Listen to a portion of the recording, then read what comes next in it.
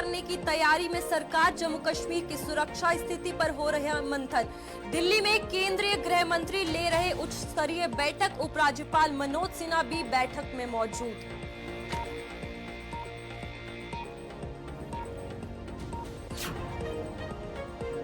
हीरानगर के सीमावर्ती गांव के लोगों को राहत। 10 MVA की रिसीविंग स्टेशन किया गया शुरू। सीमा पार घुसपैठ के मद्देनजर कारगर होगा साबित। रात के समय बिजली कटौती से अब मिली है राहत।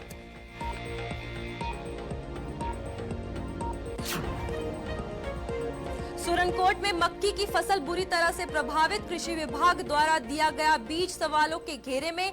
किसानों का आरोप, बीज पूरी तरह से निकला बेकार।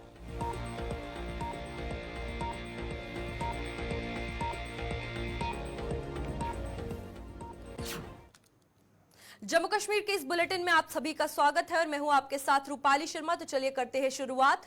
केंद्रीय गृह मंत्री अमित शाह अमरनाथ यात्रा की तैयारियों और जम्मू कश्मीर में सुरक्षा स्थिति की समीक्षा कर रहे हैं। नई दिल्ली में नॉर्थ ब्लॉक के एक उच्च स्तरीय बैठक की जा रही है, जिसमें राष्ट्रीय सुरक्षा सलाहकार अजीत डोभाल, जम्मू कश्मीर के उपराज्यपाल मनोज सिन्हा, सेना प्रमुख जनरल मनोज पांडे, नामित सेना प्रमुख लेफ्टिनेंट जनरल उपेंद्र द्विवेदी, केंद्रीय गृह सचिव अजय भल्ला और इंटेलिजेंस ब्यूरो के निदेशक तपन डेका सहित अन्य अधिकारी भाग ले रहे हैं। चलिए दिल्ली से हमारे संवाददाता संदीप गोयल हमारे साथ जुड़ चुके हैं। संदीप, बताइएगा कि अभी तक बैठक में क्या कुछ बातें निकलकर सामने आई हैं? देखिए, बिल्कुल जो जिस तरह से हमने पिछले दिनों देखा, जम्मू कश्मीर में 4 दिनों में 4 जो आतंकवादी हमले हुए और उसके बाद लगातार सरकार पर जो है विपक्ष सवाल उठाया गया करते ये कहा जा रहा था कि कैसे जो है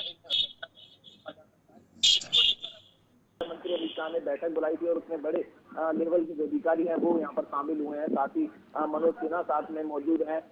जो अजीत डोभाल इस मौजूद है इस बैठक में। तमाम बातें जो है इसमें जिक्र किया जा रहा है, लेकिन सबसे बड़ा सवाल ये है कि आखिर कैसे सुरक्षा और ज्यादा कड़ी वहाँ पर की जाए, क्या कुछ स्थिति कैसे संभल पाएगी, इसमें देखने वाली बात होगी। हालांकि बैठक में अभी जो बातें हैं वो सामने नहीं आई निकलकर, लेकिन जरूर ये अनुमान लगाया जा रहा था कि अब वहाँ पर जो है सुरक्षा एजेंसियां की जो तैनाती है वो बढ़ा दी जाएगी।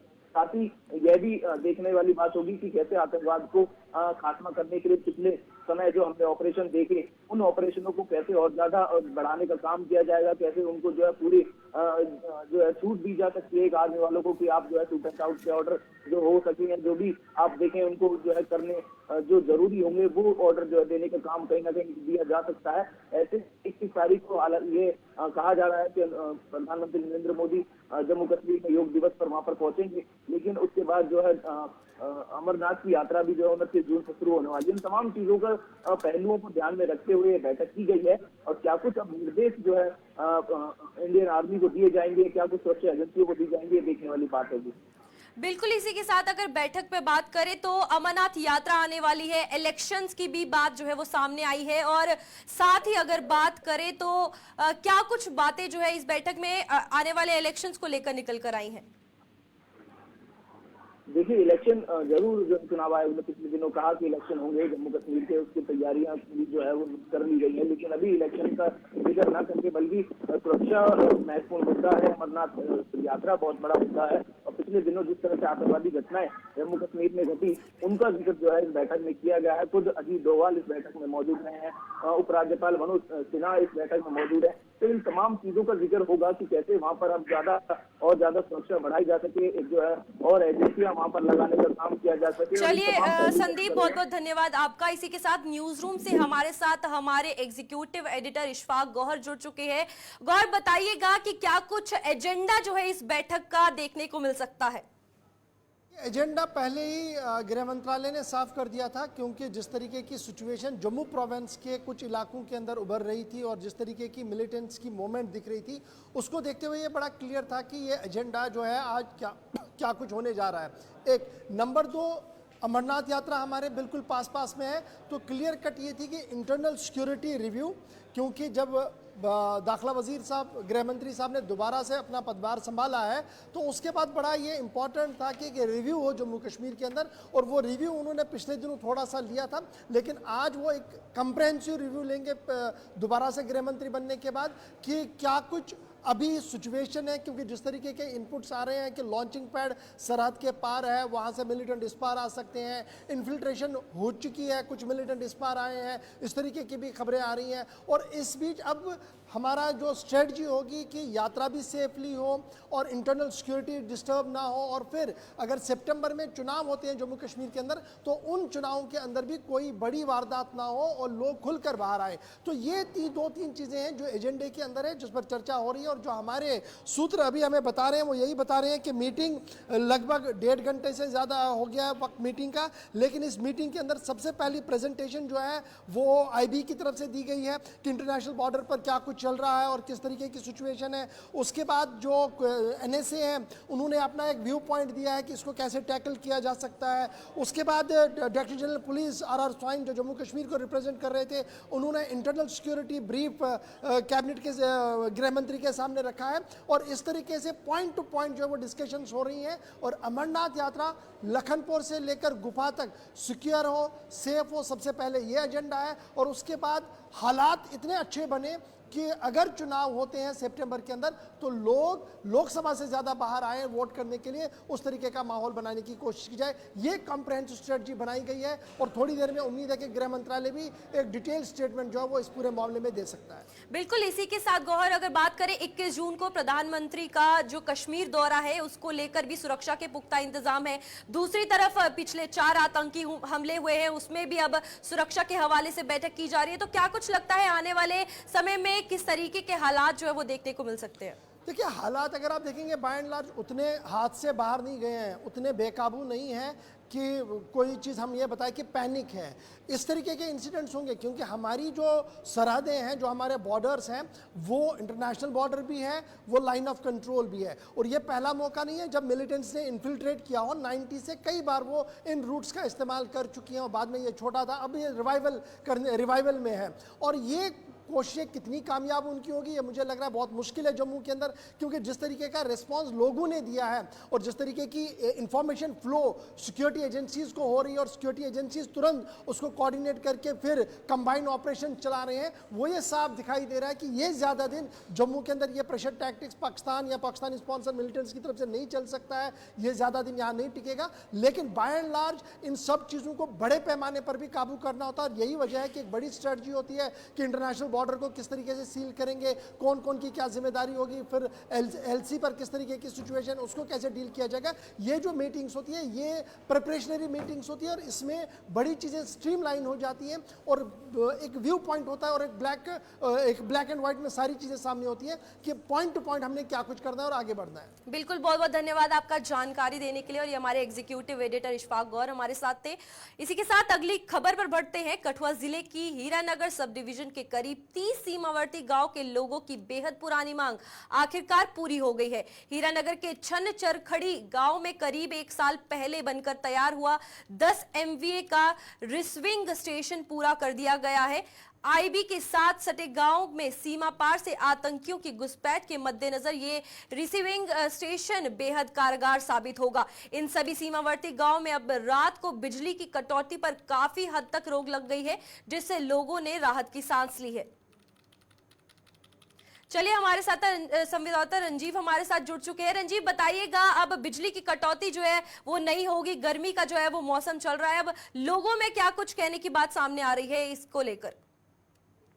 देखिए रूपाली, यहाँ पे बिजली संकट पूरे जम्मू संभाग की बात करूँ या जम्मू कश्मीर यूटी की बात करूँ तो बिजली संकट गर्मियों में खासकर बना रहता है, और लोग हमेशा बिजली को लेकर सड़कों पर रहते हैं। इसी तरह हीरानगर की बात करूँ या सीमावर्ती इलाके की, इस इलाके के लोगों को बिजली की समस्या हमेशा से रही है, क्योंकि 22 किलोमीटर की जो अंतर्राष्ट्रीय सीमा है हीरानगर की, उसमें पाकिस्तान की तरफ से घुसपैठ की कोशिशें लगातार जारी की जाती है पिछले 3 दशकों से। उसके बाद अब जो सीमांत लोग थे, ग्रामीण थे, खासकर हीरानगर तहसील के जो लोग थे, उन्होंने पिछले 2 दशकों से लगातार मांग कर रहे थे एक बिजली की बहाली जो है उस इलाके में, सुचारू की जाए। उसको लेकर एक रिसीविंग स्टेशन जो प्रस्तावित था वो बनकर तैयार हो गया था। तो वहाँ पर काम जो था 3 साल से पूरा हो चुका था, लेकिन उसकी सप्लाई के लिए जो लाइन लगती थी वो काम डिले था, जो अब पूरा हो चुका है। कुछ काम रहता है वो भी चल रहा है बड़ी तेजी से, लेकिन आज उन्होंने जो लोड है इस ट्रांसफार्मर का वो डिस्ट्रीब्यूट कर दिया है, लोगों को बिजली सप्लाई कर दी है। अनइंटरप्ट बिजली सप्लाई बॉर्डर के इलाके में हो रही है। उसके साथ ही बीएसएफ जो बॉर्डर की फर्स्ट लाइन पर जो हमारी सिक्योरिटी है बीएसएफ, वो उनको भी उनके फीडर भी इसी रिसीविंग स्टेशन से कुछ स्टेशन चलेंगे, जिसके कारण बीएसएफ को भी काफी मदद मिलेगी। और घुसपैठ की शंका जो बॉर्डर के इलाकों में हमेशा बनी रहती है, खासकर रात के समय में जब बिजली गुल होती है तो अंधेरे में का फायदा उठाकर ये घुसपैठिए सीमा के अंदर दाखिल हो जाते हैं। उसको ऊपर भी अंकुश लगने की उम्मीद जगी है लोगों, और खासकर बॉर्डर के इलाके के लोगों की बात करूं तो वह ज्यादातर लोग जो हैं वो किसान हैं। उनके पंप सेट जो नहीं चल पाते थे क्योंकि बिजली नहीं होती थी, बिजली की अघोषित कटौती होती थी। अब लगातार बिजली मिलने से उनके जो पंप सेट हैं करीब 700 से 800 पंप सेट हैं इस इलाके के, वहाँ के अब पानी जो है उनको बिल्कुल बराबर मात्रा में मिलेगा, जिससे उनकी फसलें भी लहलहाएंगी और साथ में बिजली संकट से भी उनको काफी निजात मिली है। मैं रूपाली यहाँ पे बता दूं कि करीब 4 करोड़ की लागत से तैयार हुआ ये रिसीविंग स्टेशन छनछरखड़ी का हीरानगर कस्बे से बिल्कुल 3 से 4 किलोमीटर की दूरी पर तरनार नाले के किनारे पर ये स्थापित किया गया है। और जी इससे जी, चलिए रंजीत, बहुत बहुत धन्यवाद आपका जानकारी देने के लिए। और इसी के साथ पुंछ से अगली खबर आ रही है। आपको बता दें, पुंछ जिले की सुरनकोट तहसील के किसानों ने कृषि विभाग पर उन्हें ठगने का आरोप लगाया है। किसानों के मुताबिक विभाग द्वारा उन्हें इस बार मक्की का जो बीज दिया गया था वो पूरी तरह से बेकार निकला। विभाग द्वारा मुहैया करवाया गया मक्की का बीज 2 से 3 बार बीजने पर भी मक्की की फसल नहीं हो रही है।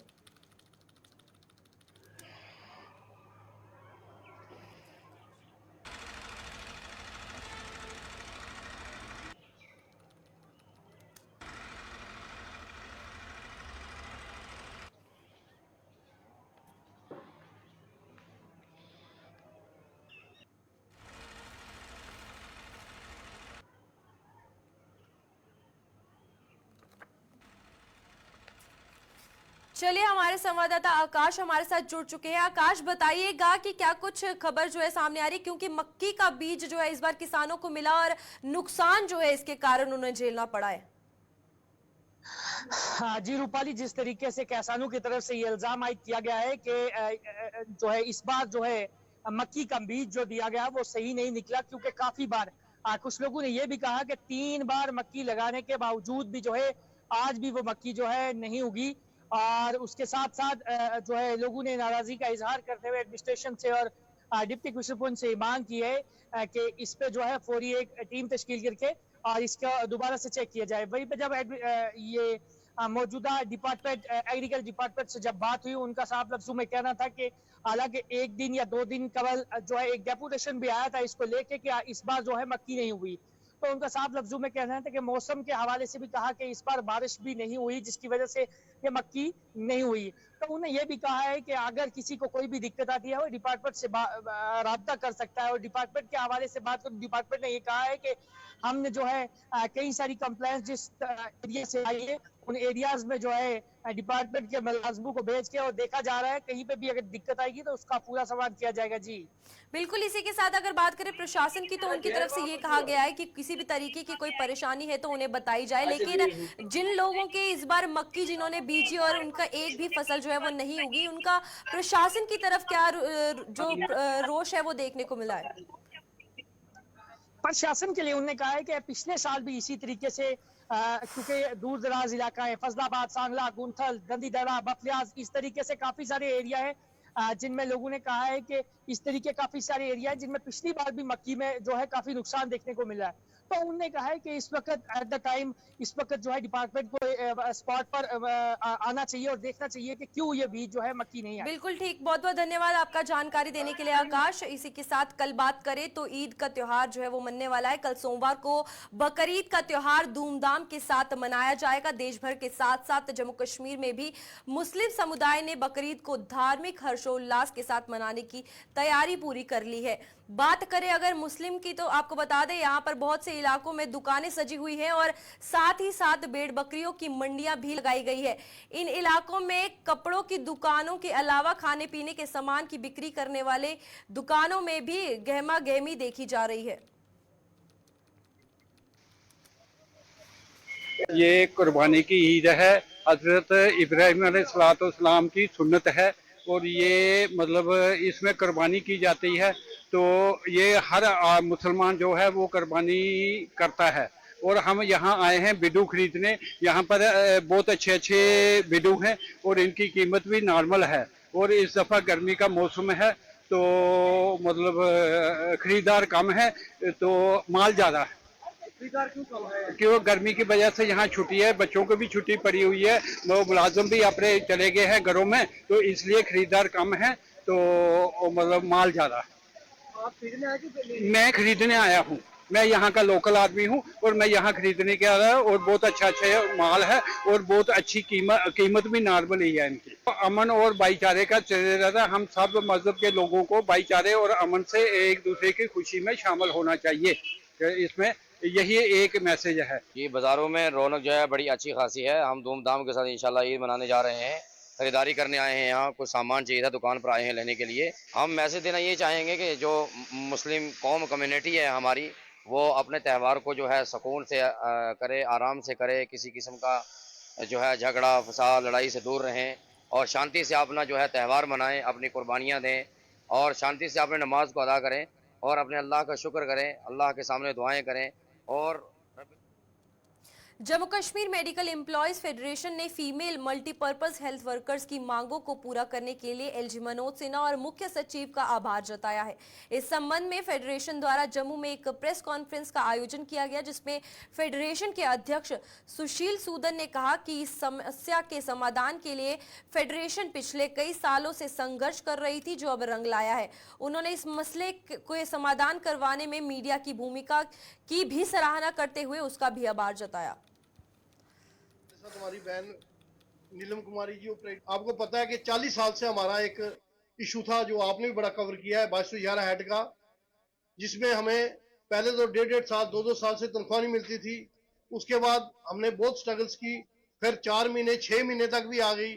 मगर अब जब हमने रिस्पेक्टेड गवर्नर साहब से और जो हमारे चीफ सेक्रेटरी हैं अतुल डुल्लू जी, हमारे मंदिर कुमार भंडारी जी जो प्रिंसिपल सेक्रेटरी टू गवर्नर है, जो हमारे एडमिनिस्ट्रेटिव सेक्रेटरी हैं, जब हमने इनसे मुलाकात की तो जो हमारा व्यू पॉइंट था हमने इनको रखा कि पूरे हिंदुस्तान में जो है कि ये स्कीम है रीएम्बर्समेंट स्कीम, कि स्टेट जो है अपना बजट रखती है और जूं जूं सेंटर का पैसा आता है वो उसको कवर अप हो जाता है। मगर ये हमारी जो स्टेट थी ये इसको मानने के लिए तैयार नहीं थी। पहले 370 था, अब 3-4 साल हो गए, यूटी बना हुआ, अब भी नहीं थे। मगर अब मैं मुबारकबाद देता हूँ हमारे लेफ्टिनेंट गवर्नर मनोज सिन्हा जी, उसके साथ हमारे चीफ सेक्रेटरी जी और जो हमारे जितने ऑफिसर्स हैं, कि इन्होंने 8 तारीख को जो सैक की मीटिंग हुई है उसमें इन प्रिंसिपली जो है इनको मान लिया है कि हम इसको स्टेट बजट में रखेंगे और 2 किस्तों में हम पैसे इनको अलॉट करेंगे, एक जून में एक नवंबर में। और स्टेट बजट में जो पैसा है, इनकी जो पे है वो रेगुलर जो है इनको मिलती रहेगी। तो ये एक बहुत बड़ा मसला था जो मैं आप मीडिया वालों का भी, क्योंकि आपने भी हमारी स्ट्रगल में हमेशा साथ दिया है, हमारी डिमांड को बढ़ चढ़ के पेश किया है, तो आपका भी मैं शुक्रिया अदा करता हूं कि आपकी वजह से भी ये हमारी जो डिमांड थी पूरी। अमरनाथ यात्रा को शुरू होने में अब कुछ दिन शेष रह गए हैं, लेकिन भगवती नगर में स्थित अमरनाथ यात्रा के बेस कैंप की ओर जाने वाली सड़क की खस्ता हालत है। सड़क की ऐसी हालत को लेकर स्थानीय लोगों में भारी रोष है। लोगों का आरोप है कि प्रशासन द्वारा ना तो सड़क की मरम्मत और ना ही बेस कैंप से सटी नहर की साफ सफाई करवाई गई है। सड़क की खस्ता हालत के कारण आए दिन लोग सड़क हादसों का शिकार हो रहे हैं। उन्होंने प्रशासन से जल्द सड़क की मरम्मत और नहर की सफाई करने की मांग की है।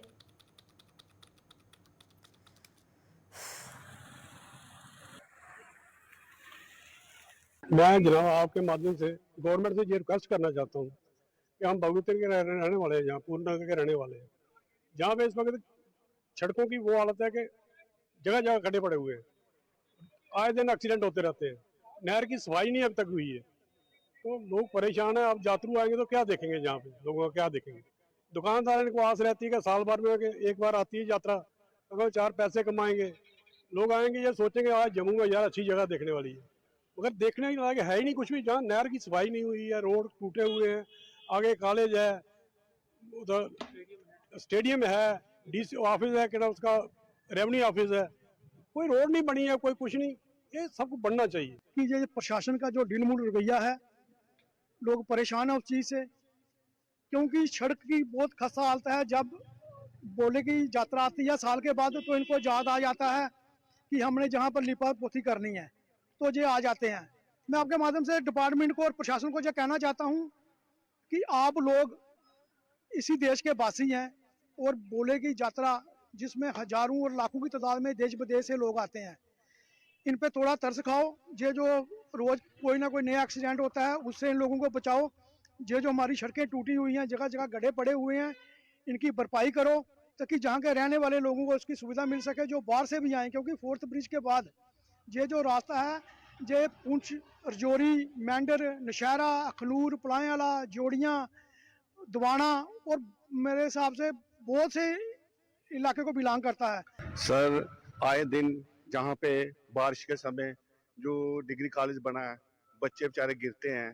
इधर एक स्टेडियम है, वो छोटे छोटे बच्चे वहाँ ट्रेनिंग के लिए जाते हैं, तो वो गिरते रहते हैं। कभी एक्सीडेंट हो गया, अभी पीछे ई बस का ड्राइवर जो है इधर उनकी डेथ हो गई ये गड्ढे में गिरने के कारण।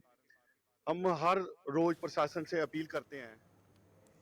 जम्मू के ब्लॉक मीरा साहिब के ग्रामीण हल्के लोगों ने केंद्र सरकार के हर घर नल योजना पर सवाल उठाए हैं।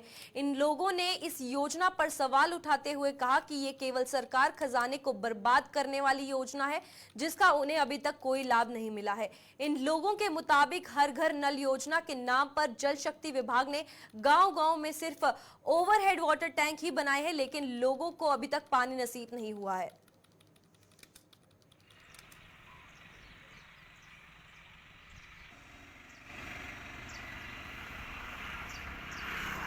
हुआ क्या कि इस योजना के तहत सरकार ने पैसा दिया, सरकार ने पूरा इस पर सहयोग दिया, लेकिन हुआ क्या कि जब विभाग के स्तर पर आई बारी तो जल शक्ति विभाग ने सिर्फ टंकियां बना दी।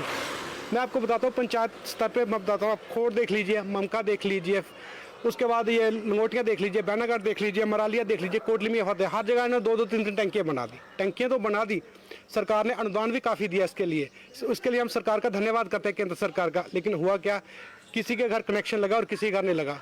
कनेक्शन भी तो किसी के घर दे दिया, लेकिन पानी किसी को सप्लाई नहीं हो रहा है। और इस जून महीने में जब आप देखो कि वाटर लेवल इतना नीचे जा चुका है कि लोग पानी के लिए तरस रहे हैं। लोगों को मोल भाव से पानी खरीदना पड़ता है, कोई 200 रुपये का खरीद रहा है दिन का, कोई 300 रुपये का खरीद रहा है। और जो घर का जल बचा हुआ है ना, घर जो हैंडपंप लगा हुआ घर, उसमें यूरिया का लेवल इतना है कि आप वो पानी पी नहीं सकते। उससे आपको लीवर संबंधित प्रॉब्लम होना शुरू हो जाएगी, जैसे हेपेटाइटिस बी, सी वगैरह होना शुरू हो जाएगी। लेकिन सरकार ने क्या किया, सर ट्यूबवेल बनाने पर जोर था, पाइप बिछाने पर जोर था, पाइप भी बिछाई। अब मैं आपको मराली की छोटी सी बात बताता हूँ। मराली में क्या किया, पूरे गाँव में पाइप बिछा दी, लेकिन वार्ड नंबर 4 में आधा महल्ला छोड़ के चले गए। जनाब गलबात इस तरह है कि जी गौरमेंट ने एवं दसिया कि पानी दिता, हर घर पिंड में टैंकियां लवाइया, ये किया वो किया, लेकिन वो चीज़ बिल्कुल फेल हो गई। लेकिन हूँ दोबारा गौरमेंट वो ही कर रही है कि हर घर नाल हर घर जल, लेकिन एडा किसी ना किसी को तो मिलया ही कुछ नहीं है। गौरमेंट इनू कुछ ना कुछ इसका सुधार करे कि देखे कि जल गया कितने और आया कितने और बनया कितने है। गवर्नर के यो अं अपील करना चाहते हैं कि गवर्नर साहब ये देखन कि जिथे तो टैंकियां लगियां बेकार हो गई हैं, लेकिन दोबारा ट्यूबवेल लगाई जाते हैं, लेकिन पानी है ही नहीं। जिथे मर्जी देखो जनाब, कहते यूरिया पानी हो गया, यूरिया पानी हो जनाब, पानी तो यूरिया तो है ही है, लेकिन पानी तो कितने दिता ही नहीं। तो इस तरह ही गौरमेंट कर रही है कि लोगों को बेवकूफ़ बना के तो टैंकियां बदो बदी ला रही है, ना पानी है ना कुछ है, इस तरह बेकार पे दियाँ ने। अं गौरमेंट अगे यो अपील करना चाहते हैं कि ये पर कम से कम जी तवज्जो दी जाए, देखा जाए कि पानी पुजे भी है कि ना पुजे, कि कनैक्शन पानी की पैपा बिछाइया ने कि बिछाइया नहीं। तो इस तरह गौरमेंट कह रही कि हर घर नाल हर गल जल। मैं इस गल का गवर्नर अगे अपील करना चाहना कि इस गल की तहकीकात की जाए कि होया भी है कि नहीं होया। सर असीं सरकार दे बहुत शुक्रगुजार हाँ, मोदी सरकार दे बहुत शुक्रगुजार हाँ। 10 साल अगे दिखे ने, 5वां 3जी बार फिर उसकी टर्न आ गई है। असीं ये चाहते हाँ ਜਿਹੜੀਆਂ ਪਿੰਡ ਦੇ ਵਿੱਚ ਟੈਂਕੀਆਂ ਬਣਾਈਆਂ ਜਾ ਰਹੀਆਂ ਨੇ, ਟਿਊਬਵੈੱਲ ਲਾਏ ਜਾ ਰਹੇ ਨੇ, ਪੈਪਾਂ ਵਿਛਾਈਆਂ ਜਾ ਰਹੀਆਂ, ਪਬਲਿਕ ਕੀ ਕੋਈ ਫਾਇਦਾ ਨਹੀਂ ਹੋ ਰਿਹਾ, ਗੌਰਮੈਂਟ ਦਾ ਪੈਸਾ ਜਿਹੜਾ ਉਹ ਸੱਤਿਆਨਾਸ਼ ਹੋ ਰਿਹਾ।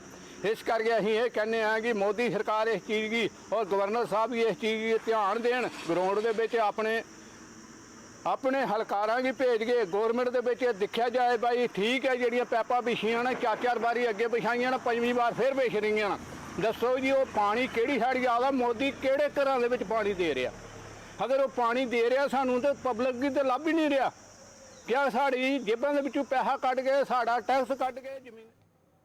चलिए जम्मू कश्मीर के इस बुलेटिन में इतना ही। खबरों का सिलसिला आगे भी ऐसे जारी रहेगा। नमस्कार।